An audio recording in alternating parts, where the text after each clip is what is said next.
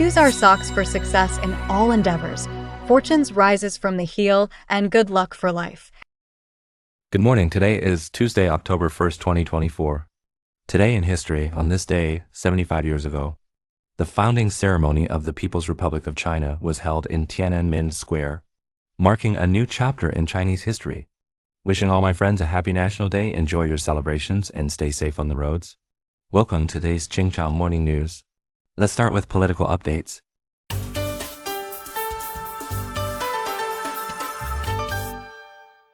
UN Future Summit adopts Future Pact.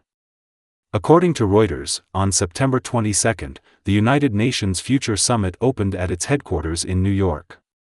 The summit adopted the Future Compact and its annexes to enhance the multilateral framework, adapt to future development, and strive to build a safe, just, equal, inclusive, sustainable, and prosperous world. It focuses on 5 major areas: sustainable development and financing, international peace and security, science, technology and innovation, youth and future generations, and global governance changes. In his opening speech, Philemon Young, president of the 79th United Nations General Assembly, stated that the world is at a transformative crossroads facing unprecedented challenges, and countries must collaborate on collective action. The Future Compact addresses current crises and lays the groundwork for a sustainable, just, and peaceful global order.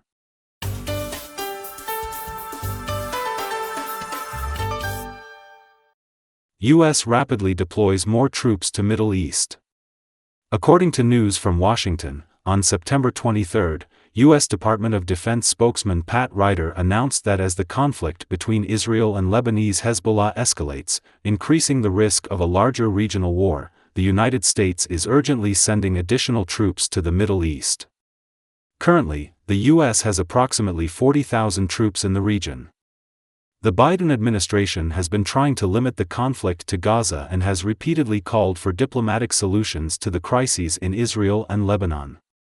However, the U.S. estimates that the conflict between Israel and Hezbollah is unlikely to ease in the short term. The U.S. State Department issued a Level 4 travel warning urging citizens to leave Lebanon while commercial flights are still available, noting that the embassy may not be able to assist those who choose to remain in Lebanon. Japan protests Russian plane incursion into its airspace. According to reports from Kyodo News and Agence France-Presse, on September 23, the Japanese Ministry of Defense announced that a Russian military patrol aircraft entered Japanese airspace 3 times near Ribun Island in Hokkaido. In response, the Japan Air Self-Defense Force dispatched F-15 fighter jets and fired thermal bombs to interfere with infrared-guided missiles as a warning. This marks the first confirmed Russian airspace violation since 2019. Since the outbreak of the Russia-Ukraine war, Japan has been providing financial and material assistance to Ukraine and has imposed sanctions on Russian individuals and institutions. Japanese Cabinet Secretary General Hayashi Masaru noted that since Russia invaded Ukraine, Russian troops have been operating around Japan.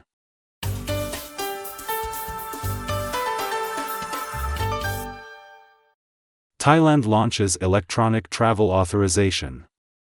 According to Reuters, the Thai government will soon implement an electronic travel permit system, requiring foreign tourists currently exempt from visa entry to apply for a travel permit before departure.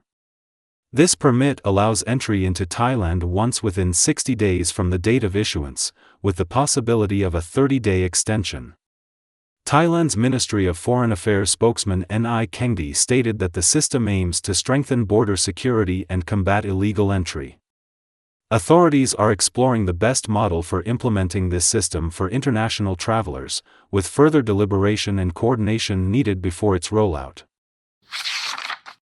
U.S. to build semiconductor manufacturing plant in India. According to Bloomberg, on September 21, U.S. President Biden and Indian Prime Minister Modi reached an agreement during their meeting in Delaware. The United States will establish a semiconductor factory in India to support the country's manufacturing development plan. The planned factory will focus on producing infrared, gallium nitride, and silicon carbide semiconductors. Indian media outlet The Hindu reports that this factory will manufacture chips for military hardware, key telecommunications networks, and electronic equipment for both the US and India. Sources revealed that this will be India's first semiconductor manufacturing plant and one of the first national security multi-material manufacturing facilities globally. It marks the first time the US military has agreed to cooperate with India on high-value technology, with its significance likened to the US-India Civilian Nuclear Energy Cooperation Agreement.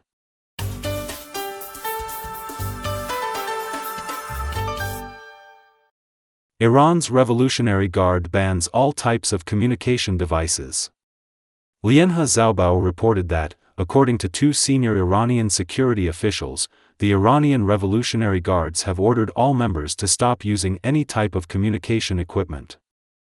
The guards are conducting large-scale inspections and testing of all communications devices. This directive follows recent large-scale pager and walkie-talkie explosions in Lebanon, which significantly impacted the regional security situation. As an ally of Lebanese Hezbollah, Iran is particularly concerned about these developments. The Iranian Revolutionary Guards have reached out to Hezbollah for a technical assessment, and Hezbollah has provided several samples of explosive equipment for examination by Iranian experts.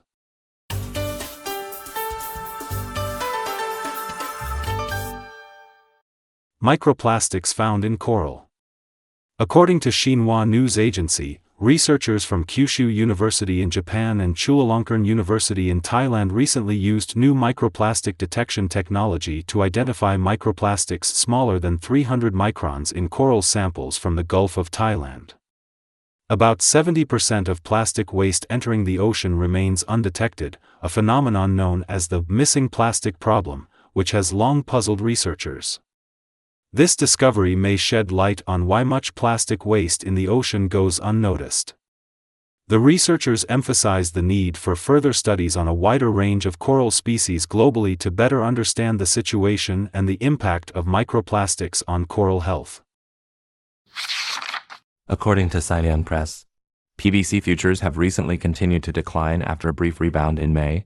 By late September, prices fell below the 5,200 yuan per ton mark, reaching a 4-year low. That's all for today's Qingchao Morning News. Thanks for watching. Join us at the same time tomorrow.